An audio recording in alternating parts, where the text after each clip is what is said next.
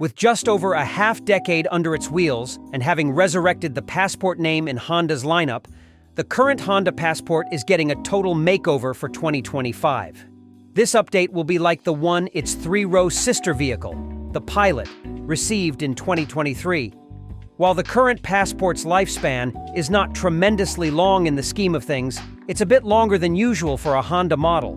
Stir in the major updates given to the closely related Pilot for the 2024 model year, and we expect to see significant changes to the Passport. Here's everything we know and expect to see on the 2025 Honda Passport. Here's everything we know and expect to see on the 2025 Honda Passport, essentially the two-row version of the three-row Pilot SUV. Today's Passport could use some improvements, and not merely due to age.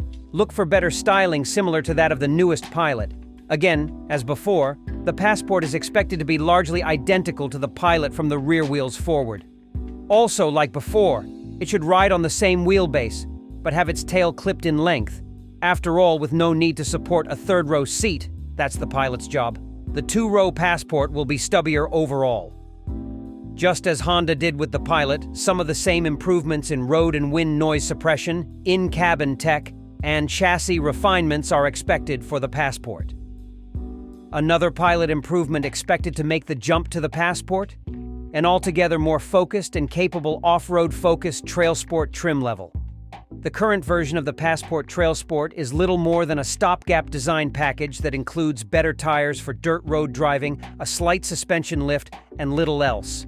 A more thorough off-road upgrade was always slated for the next-gen Passport, just like with the Pilot. And so it will be. With a new chassis and new electronics package, the 2025 Passport Trail Sport likely will transform into a much better off-roader, just like we saw with the latest Pilot Trail Sport. No, it won't suddenly morph into a Jeep Wrangler fighter on the trails, but it could well go toe-to-toe with other two-row SUVs and wagons with above-average dirt capabilities, such as the Grand Cherokee, Kia Sorento X-Pro, and Subaru Outback Wilderness. Look out for new parts like skid plates, trail watch cameras, a better trail drive move, and a better AWD system made to really work on body-twisting terrain. Since it's the most interesting Passport variant, we chose to render it here for you, above and below in blue. Just like with the Pilot, don't expect to see a hybrid version of the Passport to suddenly come to fruition, even with this redesign. While it'd be nice to see a hybrid option with this new chassis, even an upgraded version of the Accord sedan's 2.0-liter i4 with more powerful motors for something closer to 290 lft of torque and an all-electric drive mode, don't hold your breath.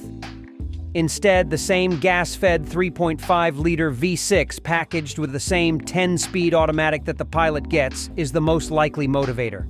This isn't a bad thing, as this engine and transmission work well enough in Honda's larger three-row Pilot SUV.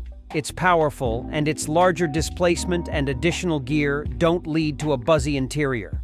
It does tend to upshift early for fuel economy, but remember, this is fundamentally a family SUV. If you're in a hurry, it doesn't hesitate to downshift when you demand more torque.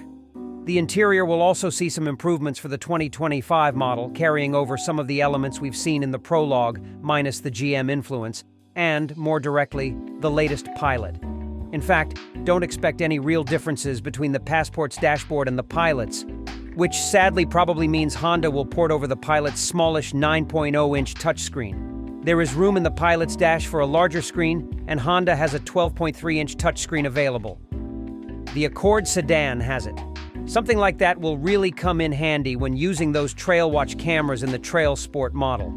Hopefully, Honda will add the 10.2-inch fully digital gauge cluster display from the top-shelf Pilot trims too. While it might not have the Pilot's body length, the 2025 Honda Passport won't skimp on cargo room since it won't have the need to store a third-row seat. We expect to see the same second-row design as the Pilot, which means a middle-row center seat that can be stowed under the cargo floor. This will create pseudo-captain's chairs on models so equipped, and we hope Honda finds a way to make it easier to remove and handle over what's in the Odyssey and the Pilot. If you were a fan of the Pilot's 2023 redesign but have no need for 3 rows of seats, you're going to love the 2025 Passport. If you were hoping for a hybrid powertrain, you're not going to find it from the smaller Pilot. but you might find a surprisingly good off-road SUV in the Passport Trail Sport. If you don't opt for that, you'll still get a premium feeling, 2IR.